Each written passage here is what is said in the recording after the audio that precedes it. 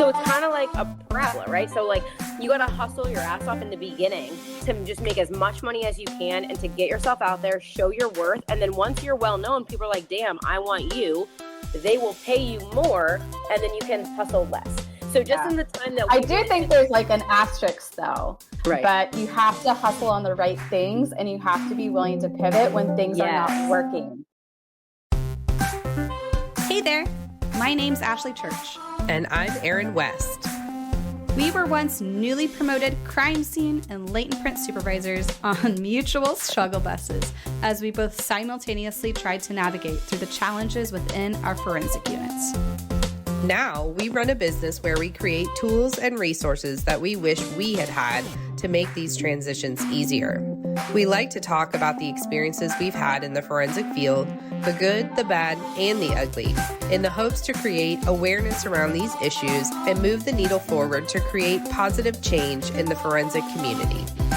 So if you're a forensic professional, regardless of your years of experience, who's not afraid to dive into real, raw, and sometimes uncomfortable topics, you're in the right place. This is the Forensics Unfiltered podcast. Hey there, welcome back to the Forensics Unfiltered podcast. As you know, conference season is in full swing. Things are a bit crazy, and after taking a brief break in May while Erin and I and the Gap Science team were traveling to several conferences across the United States, we are so excited to be kicking the summer off with a special episode. Today we have a guest interview. You may have heard of her, but is with the Bloodstain Pattern Analyst Dr. Heidi Sievers herself. Dr. Sievers shares her journey of starting her own business, battling with imposter syndrome, dealing with those haters in the process, and offers some great advice for anyone looking to start their own forensic business. Plus, it is a great time to also tell you about our collaboration with Dr. Sievers on a brand new e-course. We're so excited about it. We've been working on it for months. It's titled Bloodstain Pattern Identification and Interpretation. And to give you a taste of what the course materials are like, we've also created a free downloadable resource titled Bloodstain Pattern Identification Guide. So be sure to check the show notes for those links. Also, this topic is a little bit out of the norm for us. So if you like this type of content, if you think you'd like a part 2, please make sure to let us know in the comments. Now, whether you're processing evidence, writing reports, or listening on your commute home, sit back, relax, and enjoy. Before we start this episode, our guest would like to share a disclaimer that the opinions shared are their own and not representative of their current or past employment. Now sit back, relax, and enjoy. All right, guys, welcome back to another episode of Forensics Unfiltered. This episode is going to be very exciting. It's kind of venturing off a little bit of forensics as a whole. We're going to talk more about business and entrepreneurship, and who better to have on the podcast to talk about that than Miss Heidi Sievers herself. So I remember when I was doing the holiday gift guide, I think it was last year or maybe the year before, and I stumbled upon her Instagram. Back then it was Forensic Barbie, and she had the cutest stickers. And since then, you have kind of blown up, and now you're Sievers Forensics and the Bloodstain Doctor. So you've definitely evolved your business a little bit. But I'm sure that you've been working at this for a long time. I know a lot of people are like, oh, you're like an overnight success. But if you could just kind of tell us a little bit about your background first and who you are and how you started Sievers Forensics. Yeah, so I started Sievers Forensics actually back in 2020, but it had a pretty slow start, to be honest. And I really didn't do much with it. It was really just to get the name, which I'm sure would not have been taken because it's not like it's very creative. Didn't think too hard on it, but yeah, you know. Love it. Sometimes simple is best. Yeah. Ironically, we were just at a training and this student was like, why did you name the company after your brother? And I'm like, my brother? And they're like, yeah, Austin. I'm like, that's my husband. Also, we have the same last name. Even if he was my brother, same last name. Like, okay. So yeah, I was like, that's kind of funny. But came from law enforcement side in forensics and then eventually moved over to academia, and then one school turned into 4 very fast. So I was teaching a lot, and I was getting a lot of requests for trainings, but I didn't really offer them yet. And I was getting quite a few requests for consults, which I didn't offer. So that's really where I got the idea to at least create a company, like get an LLC going on, so that way I could separate it a little bit. And that was back in 2020 and very slow moving. And then really once I got my CBPA, which was at the very end of 2020, I think I found out literally like the last day of 2020. Once that happened, then I really started marketing out like, hey, this is what I can offer. This is what I can do. We can do trainings, research, consultations. And then I was juggling trying to do that. And you guys know how much it takes, like putting into it, especially in the beginning. So I was doing that, and I was still working at 4 universities, 1 in person, 3 online. And I was teaching anywhere from probably 6 to 12 classes at a time. So I had a lot going That's on. a lot of classes. That is a lot of classes. Dang, girl. In person, I would have 1 or 2 or 3 times a week, just depending on the class. And then online, I had a couple that were hybrid in the sense that I would have to, physically sit and do a video and talk with the students, things like that. But then I had some that were asynchronous. So I was juggling a lot. And then eventually the requests for trainings and consults became so frequent that I'm like, well, I can't keep my in-person 40-hour job because I was barely even being there 40 hours. And luckily I had a very great boss who understood everything else I was doing and was pretty cool about me dipping in here and there, but it just wasn't fair to either side. But yeah, so you started snowballed. your business during COVID. Right. Yeah. Like, yeah. like so many of us did. And that was Right. definitely a struggle during that time. Yes. Everything changed. Everything went from in-person classes to all kinds of like virtual and e-courses because people couldn't go to training anymore.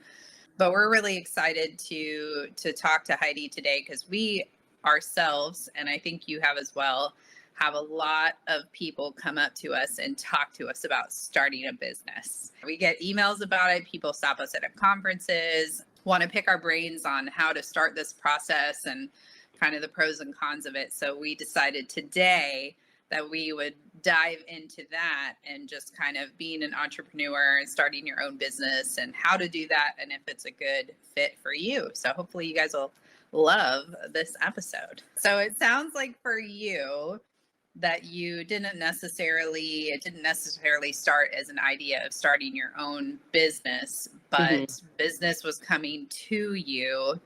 And then eventually you were like, okay, I've got to make this into a thing. Is that kind of how the path went for you? In all transparency, I like being my own boss. And I've always been that way since I was a little kid.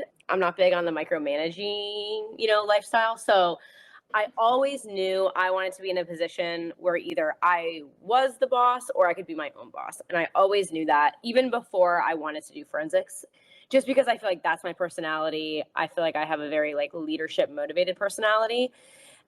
So I knew that was kind of my goal. And in academia, especially the universities I'm at, it was very autonomous. Like I got to do my own thing. I created all my own material.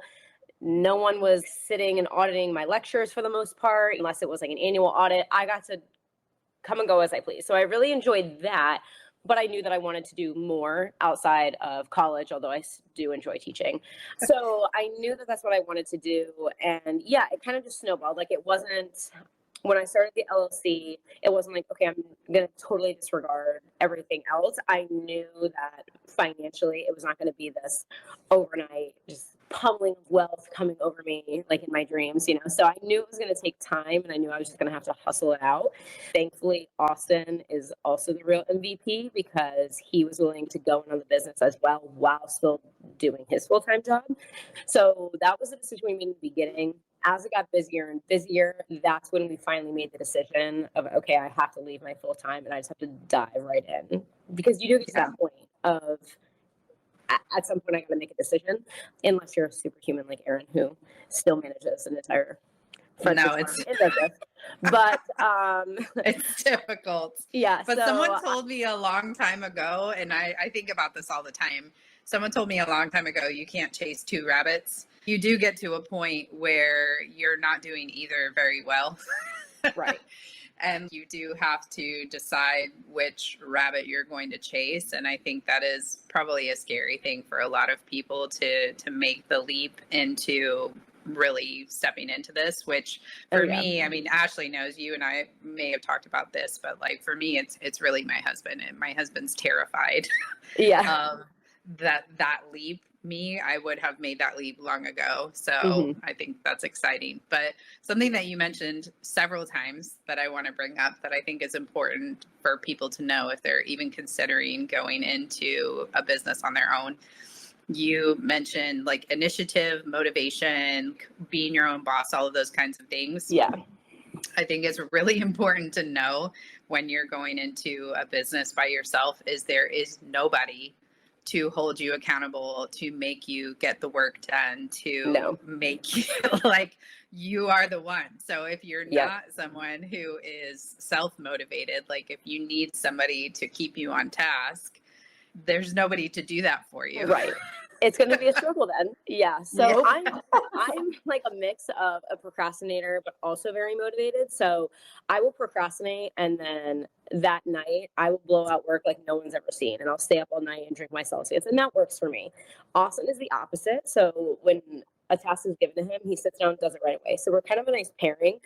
But no, there is no one to be like, have you got this done? What? This is due. This is like, no one's on you. And you kind of talked about like this overnight success. Like there's so much that I think people don't realize that goes on behind the scenes, branding yourself and marketing yourself and putting yourself out there. And sometimes you got to do stuff for free. Sometimes you have to invest money, and there's so much behind it that I don't think anybody overnight starting a business is going to wake up and their inbox is full of bookings and collabs. It doesn't happen for anybody. So, and in the beginning, like if I just sat stagnant, I would have been running back to my old job because nothing would have happened. So I think that is something too that people don't realize is you have to be your own advocate. And in the beginning, like you have to be your own everything, because like you can't afford to hire people on in the beginning. Yeah. So I think that's to what people don't realize is it is such a hustle. So this is kind of in line with what we were talking about, but what are your favorite things about being an entrepreneur and running your own business? I know you already talked a little bit about being your own boss, being the boss lady, but being the boss lady. What other things do you like about being an entrepreneur and having your own business? So scheduling, I love. I always was career first, family second person. Always. Didn't matter what job I had. It was just always career, job first, family later. And now I can control that. So I don't have to be gone holidays anymore. I don't have to miss birthdays. And it's nice because yes, we do travel a lot for work, but when we're gone, we're gone. And when we're home. So when my kids have me home, they have 100% of me, and not, and then when they go to bed, that's when I work, or when they're at school, that's when I work. So I really have the flexibility to be able to create that schedule, and that I really value over everything. That's kind of sometimes when I'm like, oh, wow, we're in a little bit of like a slow season, or this week has been really slow. That's what keeps me going. I love that. I love being able to make so many connections, having your own business, and you're able to just really reach out to people, meet people at conferences. As you travel, you meet more people, and you do just become a little more well-known, which is nice. Just because of what we do, I really like the fact that we can control the product we're putting out there, rather than working for a company or still just working as a tech or an investigator. And we've all been to trainings where we attend a training and we leave on Friday and we're like, well, what the hell was that? So we really, I feel like I've been to some recently where I'm like, okay. So we've all been to those, but in the position we're in, we can really control that the information going out is up to date, relevant, innovative information, and not from 1990. So we can control what's going out and making sure that the people coming to these trainings, who might be from departments that they only get one training a year or one training every other year, and especially when it is something so niche, like BPA, leadership, management, that might be the only one they ever get. So in knowing that, we're able to control the quality of the product they're getting. And even if that is the only one they get, it's going to be able to last them. So I really like contributing to the field in that perspective, that we can control what's being put out there. And really, we're responsible for ourselves. So if someone had a really bad time at our training, okay, well, that's on me. So I'm in control of the materials they get. I'm in control of the materials that get presented. I'm in control of the experience they had. So I can learn a lot from that as well. In a non-control freak way, I like being in control, because then if you're in control, you have the power to change it, So Love it. no one's impervious to change. So there's always things doable Yeah. without being There's in a couple control of things that you said in there that I really like. So a couple of things that you said that I really like is you get to control your own schedule. I'm kind of more in awe about how you're doing it now, because I'm also in that young mom stage. And Mhm. I think it's also contributing that this particular year, we've just taken on more things. We've added more Mhm. things to our plate. And I definitely don't feel like I've mastered that separation just yet of when I'm home during these hours, I'm just their mom full time. It's hard to like shut the entrepreneur brain off, at least for me right now. And also being able to like market yourself as well. You obviously are very extroverted. Erin and I, very extroverted people. So Mhm. like going to conferences and meeting new people, like that's something that we enjoy and it gives us energy and we think it's fun. I think some people that get into entrepreneurship that are more introverted, it can be a little bit harder for them to sell themselves. We have talked to a few people that are interested in starting their business or already started their business. And we're like, you have to get uncomfortable and market yourself. And the only way that you're going to do that is put yourself in front of people. And that's kind of terrifying for some people. It definitely is. And I'll give you a great example. So I am very extroverted. I will go up to anybody at any time and talk to them. But that's because I have forced myself to. I always say I am a closeted extrovert, because would I rather stay in my bubble and talk to no one? Absolutely. But I will. I have no problem public speaking. I have no problem walking right up to someone and introducing myself. But that's because I know I have to. And that's just something I've conditioned myself for. And that came too with like security in myself and confidence with myself, because when in the beginning stages, I really struggled with imposter syndrome. And Yes, girl. so I was bad. just going to bring this And up. literally so bad. So I was like, oh my God, I can't go say hi to that person. Like, this person is such a well-renowned XYZ, or they're the owner of this company. I can't go say hi. And now I'm like, psh, hi, have you heard of me? You know what I mean? Like, what's your name? My name's Heidi, and now I don't care. So that came with confidence, I think, for me. But Austin is such an introverted person. He hates public speaking. If I was like, hey, go say hi to that person, he's like, absolutely not. So he does not like it. So I have had to really push him. And that has made him better. And he struggled with imposter syndrome too, because he's like, but everyone knows you. And I'm like, okay, well, there's a reason people know me, because I do this. So I've made him. And I think as people start to recognize him too, and like with trainings, like as he starts to get good reviews as well, it's been building up his confidence. And now he's getting a little more extroverted. But the training that I was texting you both about, I'm like, what do? I have no voice. He had to speak. And like Aaron's taken one of my classes, like he doesn't talk, he doesn't lecture. I lecture and he does one-on-one stuff. That's his element. And that's like our little system. So I was like, you're gonna have to lecture. You've heard me give these lectures 100 times. I know you can do it. And I know, you just get nervous. And he's like, I mean, I'll do it. And he went up there and he did so good. And I was like, well, hopefully that helped. He thought he didn't know the material well, right? Like I think he was struggling with imposter syndrome, but he was able to answer everyone's questions and give examples and give case, and just go through it with them. So I think some of that too just comes with confidence in yourself. And that's what a lot of people that have started their business will reach out to me and say, like, how come you're so open to just giving lectures and popping in and talking to this person? And I'm like, well, it definitely comes with time. And if you were like, hey, go up and give a lecture on, I don't know, something that is not in my wheelhouse, I'd be like, no, thank you. So I think it has to really be something that you are confident in yourself with, but it does take those uncomfortable situations and putting yourself out there and understanding that if you put yourself out there, there's a chance that you might fail, but there's a chance on the flip side, it could go really well. So for those that don't know what imposter syndrome is, because I know what it is, but I'm sure there's plenty of people that probably they may know the idea of it, but haven't heard that term before. So can you explain what imposter syndrome is? Because I feel like everyone at some point or another they're going to cycle through imposter syndrome throughout their business? 100%. So for, at least for me, imposter syndrome, like if I'm putting it my own definition, would be, maybe you're in a position to do a certain job, or you are an expert. You have all of these qualifications that would say that you are, but deep down in yourself, you feel like you don't belong, or you just feel like you are wearing a mask and you're fooling people into thinking that you are someone that you're really not. So when I first really started marketing, I had that feeling. And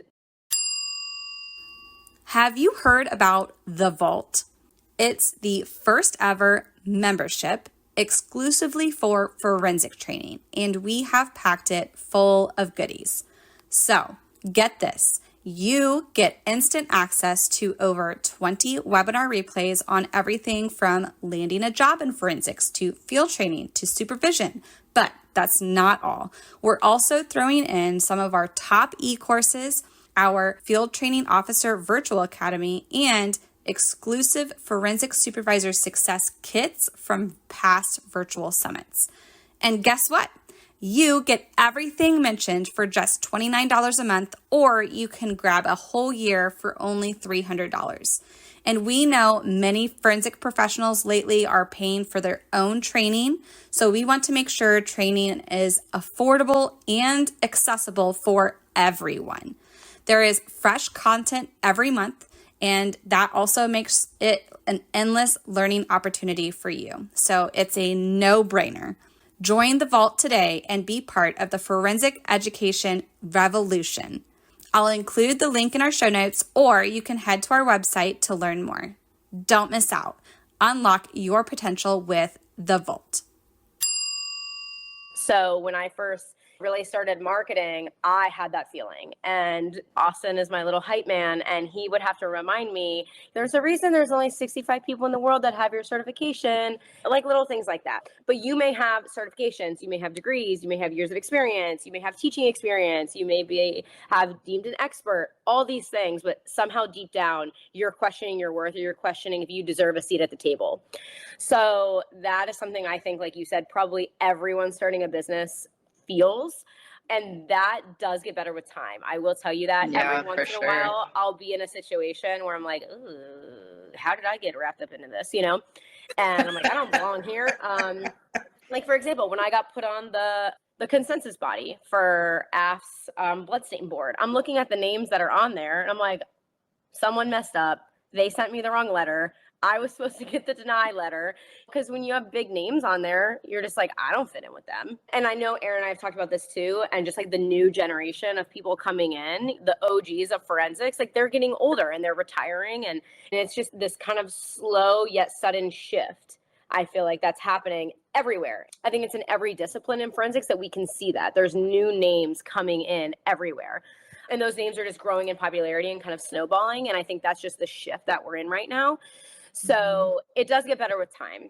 Every time I go to a conference, and I'm sure you guys feel the same way, like people recognize you, or they're like, oh, I love your stuff, or I've attended your classes, or whatever it may be, or every time you get a good review on a class, it builds up your confidence, and then kind of like a negative correlation. As that builds, the imposter syndrome will go down. But it takes time. So true. I still struggle with it all the time.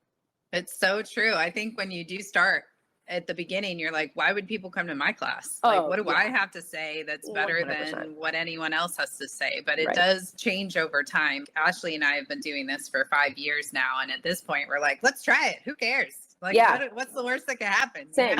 Same. I'm the same But way. in the I'm beginning, like, people know my name. In the beginning, whatever. there was a lot of fear associated with like, oh, what if we put this thing out and people don't like it? Now we're like, whatever, we'll try it. Right. And you want to know something? You want to know something funny? Austin and I say this all the time. If you think of the biggest names in the field, right? Everyone has something that they've done that is silly or stupid or embarrassing. Some legally, some morally, some just they've embarrassed themselves, but everyone has done that, even the biggest names that you know. So even if you go and you give a lecture at a conference, especially for people that haven't lectured at conferences before and they want to do it for the first time, even if you stutter or you miss words or you answer a question wrong, huge names have done far worse. So it's going to be okay. And when you make a mistake, you learn from it. And then that means when you do the next one, it has to be better than the first one. So sometimes you just have to make a fool out of yourself. And I've done that before. It's fine. And another thing too, I feel like, especially being a woman, is you are going to get criticism. I have this one freaking guy who is like such a hater, and it drives Austin crazy. And I just like brush it off at this point. I don't even care. But like, I feel like you're gonna get people that, I don't know if it's because like you're a female. I don't know if it's because you're young. I don't know what it is. But I feel like you get those people who are just gonna be your haters. To me, I used to take that so personal. I used to take it so personal when people would not agree with me, would comment like mean things or give me like criticism that was just completely unsolicited. And it used to just bother me so much. And then I really kind of just realized that if you don't have people that criticize you or are like jealous of your success or whatever, then you're not doing it right, because no one is worried about people behind them.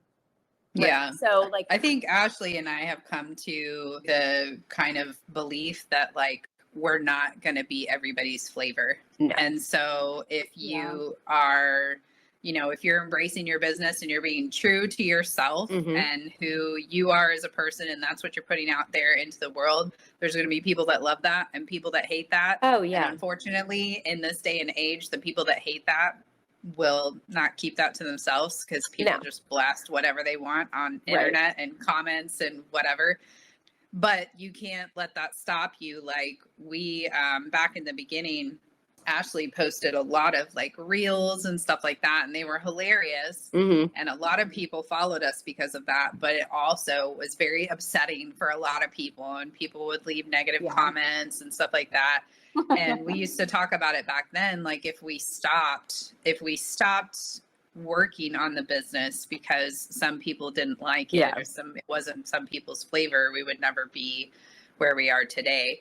But I think, I mean, we've talked about it a little bit, that it really takes a long time to build a business. I think that's why a lot of businesses like fail so quickly, because people don't invest for as long as it takes. I also want to say one of the pros I think that Ashley and I really love that we didn't know would be part of the business is just all the creativity that's associated with it. You know, I think that it's Definitely really my jam. Yeah, it's really fun. And I'm not creative in the same way that Ashley is. I feel like we're both creative in different ways. But like Ashley is clearly a graphic designer it was undercover and we had no idea, you know. But we do a lot of like brainstorming sessions now, and you and Austin probably do too, where we're like, what if we tried this? Like, what do you think about this? Like, why don't we give this a shot? And being able to like change the trajectory of your business so rapidly because you control it, and then being able to be part of all of those extra things. I mean, the things that we have had to learn how to do is just outrageous. Like I know we're web designers, you know, like designing our website, designing all of these, like all these other things that we never thought. Event coordinator. Content creator, accountant. Like I just. Yep. All those things. Those are all pieces of it. We were just joking the other day. I don't know if you're still at this point, but people email us and be like, hey, you know, my IT department wants to talk to your IT department. And you're like, great, I'm the IT department. Hello, it's me. It's me. I'm the problem. Yes. So love that. Yeah. So we talked about some pros. So what do you think some of the big cons are of being an entrepreneur? The cons are literally the same as the pros, to be honest. So it is nice, obviously, having control, but then that means you are doing literally everything, and it's very hard to relinquish control. So even when you have someone to help you or hire someone on, it's very hard to resonate your vision with them or to just like let go, because it's like your baby, you know. I will say, if you're going to do it, make sure you have like an accountant, because taxes suck, at least for me. I hate them. But I would say too, just kind of like you were saying, juggling that mom life and having the shut off switch, it's hard because there is no, all right, I clock in for my shift, I clock out, I go home. And not saying that's how forensics is, because we all know we get called out, we stay late, whatever. But then you can clock out, right? And my phone rings all the time because when we train people, we tell all of our students, like, if you ever have a question, if you ever are on a scene, if you ever have a case and you just don't know, you have a question, you have something about blood, call us, FaceTime us, we'll help you free of charge. And they love that and they do it all the time. So I am constantly getting phone calls, FaceTimes, text messages of scenes of, how would you describe this blood stain? Or what is this? I feel like that doesn't shut off. And it is hard to juggle that because you want to obviously be present as a mom, but you also want to be a good business owner and there for your clients. So it is that kind of struggle too. And I would say a con, at least in the beginning, is almost saying yes to almost everything. Like, it's very difficult to turn down anything when you're just starting out. And a lot of it, it's like, I really don't freaking want to do this, but I have to because I got to get my name out there. I need to get more speaking engagements under my belt or more events under my belt or whatever it may be. So there's a lot of yes in the beginning, and yes is not always my favorite word. So I think that is definitely a con, but you have to do it. It's just, there's things that you have to do that you don't get to decline. And I actually do enjoy the hustle. Like, I do enjoy working hard for it, but I think that is something a lot of people don't expect. It's like, oh, you own your own business, just do whatever you want. I'm like, well, it doesn't really work like that. Yeah. Yeah. It's so much. I think we fell into similar traps over the years of maybe overextending some of the things that we were doing. I think we've dialed back, not necessarily saying we don't want to help students, but like, maybe we're not available 24/7 anymore. And we definitely like said yes to so many things for free, you know, at the beginning. And I feel like we're starting to get to that point where we can really figure out like, what's the best interest of the business. It's not that we don't always want to say no. It's like, okay, well, what's the best investment for our time as well as expenses, you know, this stuff costs money. And it's not just like free, it's also like actually taking away some of the funds for the business to do some of these things. And that's so true as well. So you're stuck kind of in that limbo of, okay, well, I want to market myself. I want to meet more people. I want to go to these conferences. They might waive your weekly fee, which we've talked about that. But so they may waive. If they even do that. If they do that, right? So maybe you might get a waived fee, right? But like you said, it's really then bringing you negative because your flight, your hotel, your airfare. So all of that is going against the business because it's funds now, like $1,000 you can't use for that. So there's that, and we were just saying yes to everything. We were going to all kinds of conferences, like dishing out all this money. And same thing, like we've reached a point now where we're more than happy to do conferences and we will do them for free. Like, we won't make money on them, but now there's a lot of II divisions, state divisions that are covering travel. You know, and they're like, we'll give you the thing for free. We can't pay you to speak, but we'll cover your travel. And I'm like, I will absolutely do that because, again, it's basically just free marketing at that point once I get there. And, you know, we've really, like you said, scaled back from just dumping thousands of dollars into traveling. And a lot of times it's traveling there, speaking, and then traveling home.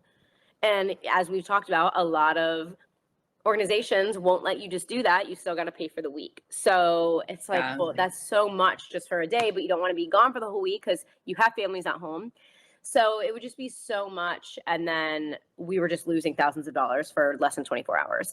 So we're getting to the point now where we are more than willing to go and do those, but it has to kind of just break even. Or, you know, obviously you're going to pay, you're paying for be worth it. Yeah. But yeah, but we would pay for that anyways. But yeah, it goes into, well, how many people are going to be there? What are some of the speakers that are going to be there? Are there going to be lectures that really could also benefit us? Could we go see workshops and lectures and things like that? And who are we going to have the opportunity to talk with and meet with and things like that. So there's not many worse feelings than going to a conference that you pour thousands of dollars to, and it's that want moment. We definitely learned that too when we first started going to conferences. For those of you listening might not be aware of this, but the speakers, they're not getting to attend the conference for free. A lot of speakers are paying to go to the conference to teach, and then paying the travel, paying hotel. Some of them are also paying to sponsor, paying for booths and things like that. So we learned that pretty quickly too, that attending a conference as a speaker detracts money from the business. And I agree with Heidi, if it's not a conference that's building your business, building your connections and all of that, then that is an extra expense that we were not really anticipating. Like we were really surprised when the first conference we went to, we had to pay to attend the conference, even though we were teaching and had sponsored a booth. So it was like, wait a minute. Yeah. Well, wait, I'm confused. And too, and for us, I mean, relatively, like for us to do training, it is relatively like low overhead. It's not like we have a ton of supplies that cost a lot of money. But when we do a 4-hour workshop at a conference, we're still supplying the blood, all the materials, the paper, it is just added expenses and expenses that we're throwing away. Like I'm very happy to train and educate people, but it just gets thrown away. And you may also not know that a lot of the conference workshops will have a fee associated with them. That is not used to pay the instructor. Like nope. If Heidi has a workshop and it's $35 for her workshop, she does not get that money. So it doesn't go to cover. It doesn't go to cover her supplies or pay her a fee for being there. She's still paying all of that out of pocket. So those are some interesting things to bring up for cons. And there's some things too, I think if you are contemplating a conference, sometimes what you get out of it is more than just people signing up for a lecture or people signing up for your trainings. So for example, we got asked to go to one and all travel is paid for. So we would be volunteering our time, which is no big deal. But in going there, it's cold case themed. So it's a lot of people bringing forth their cold cases. So that gives us the opportunity to build our experience with cases, right? Build our contacts with people who may be looking for experts in the future, but also working on cases while we're there, which the more cases you can work on when you're in the business of consultation, the better, right? So it would be for free, but you're still building that, right? So things like that would obviously weigh in a little bit more towards, is it worth it? But what we've started doing is not that like our marketing budget is insane, but we have added in like attending conferences into that. So then that way, like if we're going to spend the money, we, and if it's not a conference that they're going to pay travel and it's not a conference they're going to do XYZ, we save it for that. But there's just things we've learned. Like, would we do a booth again? Probably not. It just we learned that the hard way. And because I really think that when you're not tied to a booth, you actually have more opportunities to walk around, meet people, make connections, go sit in lectures where you might be able to engage with the speaker or other people attending. I just feel like there's so many other opportunities than, sitting at the booth sometimes. But I mean, of course, if you have we came to the same conclusions. For sure. And it's trial and error. You sign your $800 check and you realize like, all right, no more. So I know we obviously talked about quite a few of the cons. Something else that I feel like maybe can be a little bit shocking, and maybe it will be like a con for some people once they start their own business as well. It can be very appealing when you see other people promote, oh, I started my own business and I only work 4 hours a week. And like that can be very attractive for people to be like, oh, like I'm working at least 50 hours doing crime scene work or field work or latent print work, whatever. They think that starting their own business is going to equal working less hours, or maybe they don't have to hustle as hard or work as hard. So do you think, since starting your own business, do you think it's been easier or harder? Do you work more hours or less hours than your traditional forensic job? No. So it's a different type of work. Am I sifting through soup sandwich on a couch? No. Am I out in the heat busting my ass? No. So it's different. And like you said, people are like, oh, you have it so nice. I get that constantly. Oh, it must be nice going to TJ Maxx on a Tuesday afternoon. And it's like, okay, do you want to come sit with me when it's 3:00 in the morning? And I'm like, so it's just a different type of work because you're juggling so many things at one time. Tell people like, I'm not wearing all black in a hoarder house, stepping on human and dog feces the whole day, but it's constant emails, constant phone calls. I'm still writing reports, and the reports I'm writing are not, I responded to this crime scene. Not that those are easy, but they're not just those plug and play reports anymore, right? They're lengthy. Most of the reports are 10, 15 pages long. Erin knows the absolute torture I put her through from writing the report.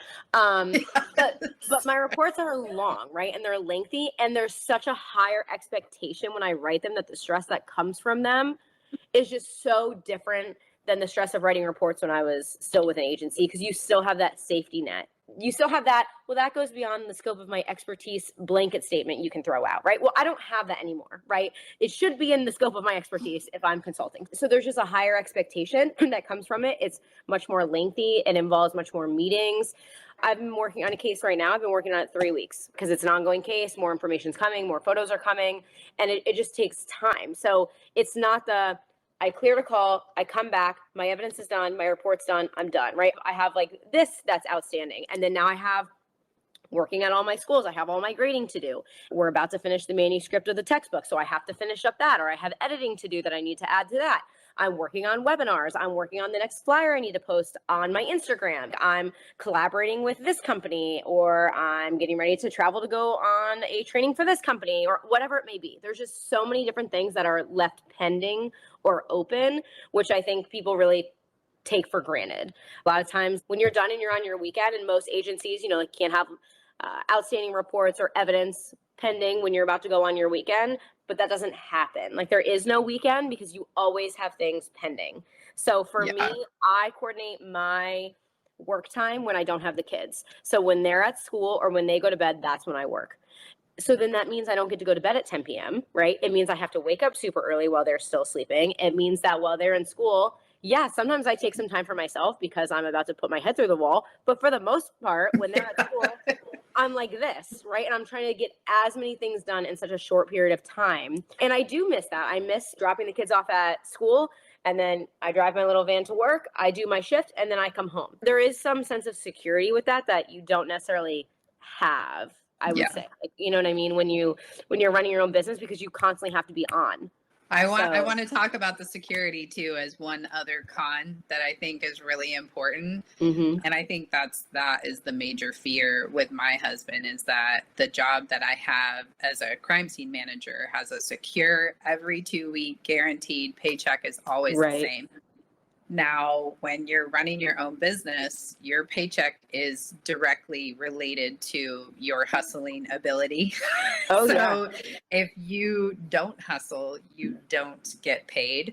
And I think something that is also important to know is, like, Ashley and I don't know if this is the same for you guys, but we really didn't pay ourselves like a regular salary for a long, long, long time. Yeah. And I think that we were always focused on, when we had the opportunity to grow the business larger, we did. So we reinvested and grew larger, and reinvested and grew larger, and got more instructors, got a training coordinator, got more programs, software, website, things like that to help us out. To help us expand and get bigger. Now, we could have paid ourselves and stayed very small, but we have always expanded each time we've had the opportunity to do so.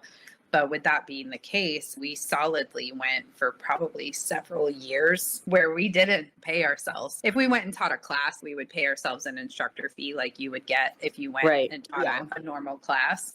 But I think that that's something that people probably don't realize either, is that the money is coming in, like people are paying you, your company, right? And you can spend that money.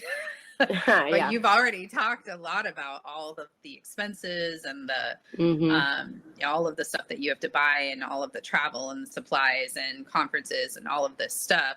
And you can choose not to do those things and just take the money yourself, or you can choose to do those things that expand your business. And so we made the choice pretty early on to expand, which means that pay was not regular. It didn't come in regularly. And it also took a long time before we were really paying ourselves. So did you find that to be similar?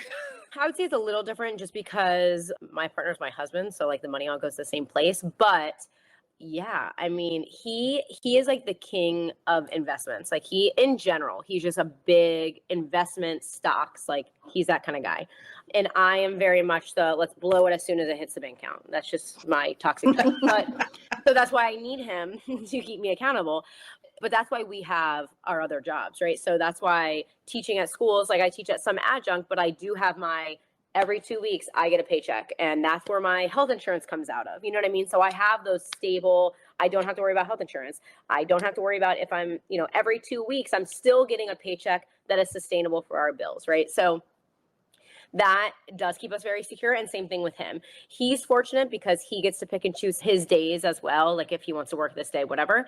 So, and he's just like a workaholic. So if we're not traveling, he's working, unless I'm like, please take this day off. It is my birthday. But so so he likes money. So it is a very good pairing, but he won't buy himself anything, like not even socks. And I'm just like, oh, I deserve a treat today. But he is very much on the we need to invest in the business. So we just applied for a design patent, and it's not cheap. We put a good chunk of money that we made in like the last quarter into that, and not doing it ourselves because who knows what would happen. So like, we got an attorney and paid the attorney and got the retainer for the attorney and then paid for the patent fee and then paid for the application. You know what I mean? So like we put a lot of money into that because we know that that's a side that he's going to handle, that we want to grow our business into.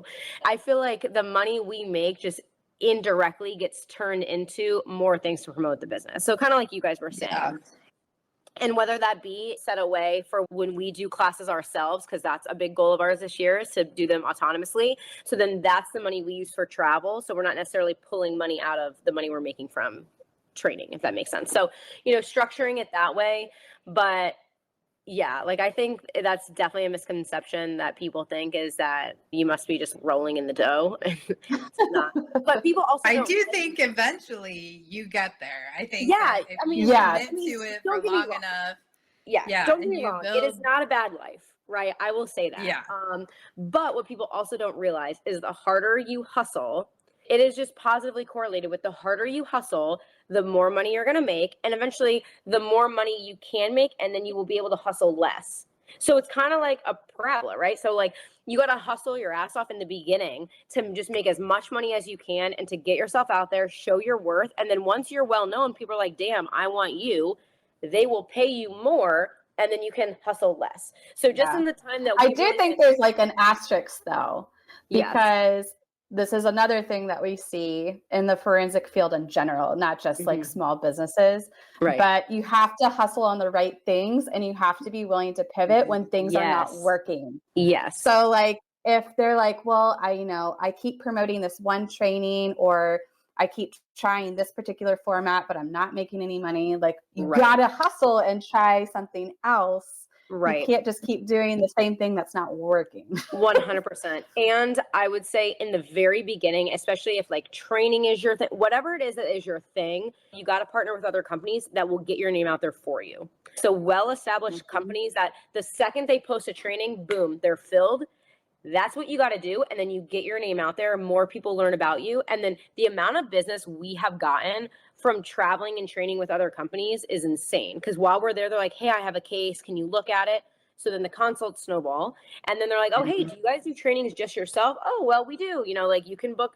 And we never, say like, give me all your business. We say if you're more comfortable booking with that other company, go for it. You can request us as an instructor, or you can also book through us directly, right? So you get a lot of business from doing that. But in the beginning, you have to make those partnerships, and you got to get yourself out there. And then same thing, just with that positive correlation. Like the more your name is out there, then the more you can kind of step away from those other entities that you don't have to like piggyback on. You get to be autonomous and be yourself and have people come to you. I think that's what turns a lot of people off in the very beginning, is there's so much hustle in the beginning and doing so many things and understanding, well, this isn't working, but this is, people love this, people hate this conference didn't work, but this format does work, or whatever. There's so much learning while you're hustling that it's exhausting. And I think that's what turns a lot of people off, is there is a lot of rejection in the beginning, but you just got to break through that. And then you'll be shocked at like the emails you get of, hey, we want to host your class, or hey, we want you to do this consult, or hey, this, whatever. And then you start to almost become in demand. Yes. Love it. But it's a struggle. Don't give me, you guys know more than anybody. Yeah. But. Yeah. You gotta, it's not easy. You gotta do it. No, it's definitely not easy. I think you have no idea until you really get into it. So until you're like in the weeds, I don't think people really understand. And I feel like the three of us are all very similar, like bubbly, and we have like an edge to us. And like you said, we're not always everyone's cup of tea. Like I'm like the cup of tea that you drink and there's whiskey in it, and you're like, whoa, that was unexpected. Which is ironic because I don't drink, but still. It was spicy. Yeah, but people are just like, whoa. I feel like you have to be that way because people that stay in the rut don't get put apart. You know, like we always joke that our motto is like make BPA fun again, and it's not really anything political. It's just a play on that. And some people like hate that motto. They're like, oh my God. I'm like, lighten up, like relax. It's just, but like that's our motto. It doesn't need to be this boring. And now we're going to talk about terminology. Like it doesn't have to be like that. Like it can be fun. It can be engaging. Like we can laugh. We can tell stories. I had Aaron processing coffee grounds mixed in blood. Like it can be fun. 100%. Yeah, like bashing, curb stomping heads. So it can be fun and you can still learn. And it doesn't have to be this drag, mundane 1985. This doesn't have to be like that anymore. Yeah. Preach. Yeah, I can't with those types of trainings. It just drives me nuts. And I'm like, what? Like, no one wants to hear me talk for that long. I don't want to hear me talk for that long. So you have to do stuff that's fun and engaging and relatable to students. And I think that's also a hard part too, is staying relevant and not just doing the same thing over and over. You gotta have things that are new, exciting, innovative, and I think a big part of it that you guys do so well, and I really try and emulate, is like the transparency, being real. And it's so funny because when I do trainings and people meet me or whatever, and they're like, oh, I follow you and I wanted to meet you and you're way different than I thought you were going to be. I hear that all the time. And I don't know if that's code for like you were a bitch. I don't know. But I hear that so much. You would be shocked how many people say that to me.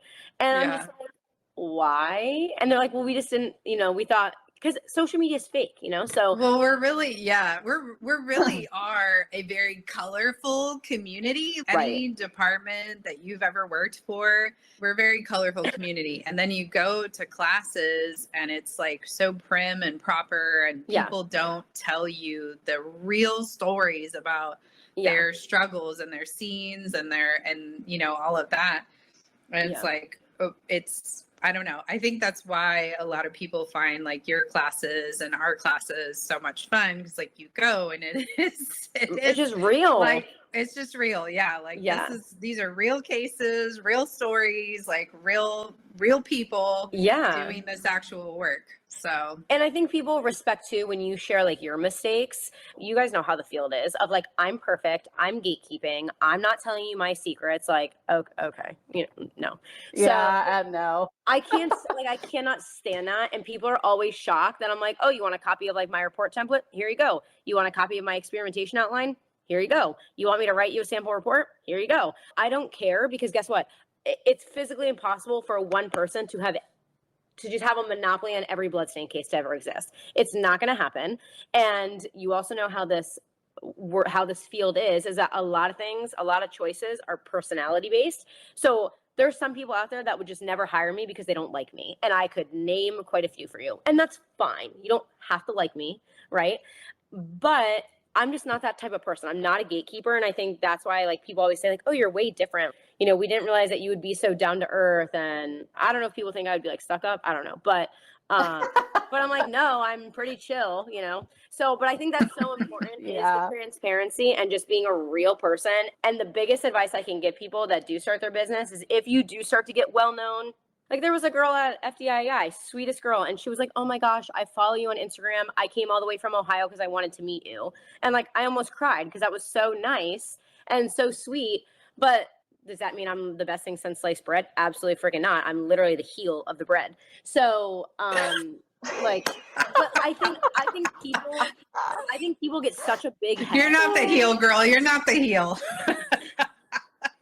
I'm toast with jelly, damn it. So like I think people get such peanut butter jelly. Yeah, peanut butter jelly. So I think people get such a big head sometimes starting businesses of like, well, I own my own business. Like I'm an expert, I'm a consultant. And it's like, cool. I don't know. Like I think it does the opposite for me. It literally I'm like the fuck out of me. I'm like, oh, I'm just like, all right, I suck. Yeah. So and that's just the best advice I can give people is like humility and just transparency and realness is going to get you way farther. That doesn't mean everyone's going to like you because just naturally that's impossible. But it's just going to bring you so much more respect. I feel like we can talk about this all day long. And maybe if people really want to hear more, maybe we can do like a part 2. So Yeah. if you enjoy this type of content, definitely let us know in the comments, send us an email, and maybe we can have Heidi on for another part 2. But before we leave today, can you just maybe give any last minute tips or tricks to anybody that might be thinking about starting their own business themselves? So the best tips and advice I can give, especially if you're in that brainstorming stage and you haven't quite made the leap yet, is know what your thing is going to be. And I know thing is a very lame term to use, but you have to have a thing, right? You have to have something that's marketable and it's going to make you stand out. And it doesn't necessarily have to be like a catchy Instagram handle or anything like that. But what is your specialty going to be? And what are you going to offer companies, law enforcement agencies, legal counsel, whatever it is, what are you going to offer them that is different than what they can get in-house, right? You have to be able to fulfill a need that they don't necessarily have in their pocket. And that might be consultation, it might be training, it might be mentorship, it could be a lot of different things. So know what your strengths are, but also know your weaknesses. So anyone that really knows me knows that blood is my hyperfixation, but I am very confident in what I'm not comfortable in. So if I get asked to do a training on certain things, I will very respectfully say, no, that is not my strongest suit, but I have someone that would be a great fit for that. So you have to know what you know, but know what you don't know. So don't try and be a jack of all trades, try and be a master of one, or, just at least a realm of something. So have a very specific thing that is marketable to people and understand who your target audience is. And that might change as you start to get into that business, but just have a general vision of where you want to go. And most importantly, have support, because that leap is scary and it can be scary, but just know that there is support out there. People ask me all the time, what should I do, and for advice. So there's people that have made that leap that I'm sure will support you, but also have a support system in place, such as family, that will help you navigate some of those tough decisions and tough days. But those are my 2 little tidbits. Thank you so much for being here with us today, Miss Heidi. Before we check out, tell everyone that's listening where they can get in touch with you if they have questions, or where they can find some of your upcoming courses and all of that. So anyone who is interested in connecting with me, learning more about what we do, you can head over to sieversforensics.com. You can find all of my training courses and contact info there. You can also connect with me on LinkedIn under Heidi Sievers or Sievers Forensics, and then on Instagram as the Bloodstain Doc.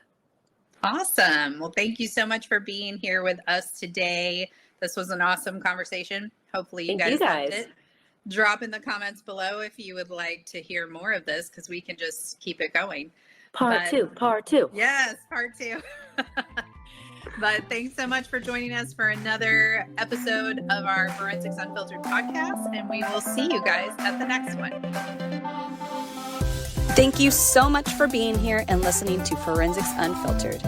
If you liked this episode, would you do us a favor and leave a review letting us know specifically what you liked about this topic? It will only take a minute, but it will really help us plan future episodes so we can bring you more topics that you want to listen to. We'll be sure to provide any links from today's episode in our show notes on our website. Head to www.gapscience.com. Until next time, stay safe out there.